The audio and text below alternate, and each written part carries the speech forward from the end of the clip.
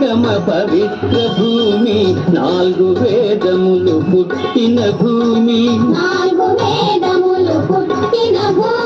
త్రివేణి సంగమ పవిత్ర భూమి నాలుగు వేదములు పుట్టిన భూమి గీతామృతములు పంచిన భూమి పంచశీల బోధించిన భూమి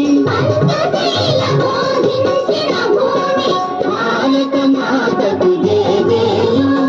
రంగని భూమికి జయజేలు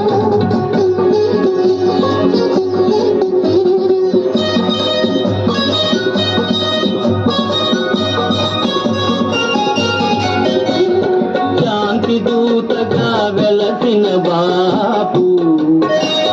జాతి రత్నమై వెలిగిన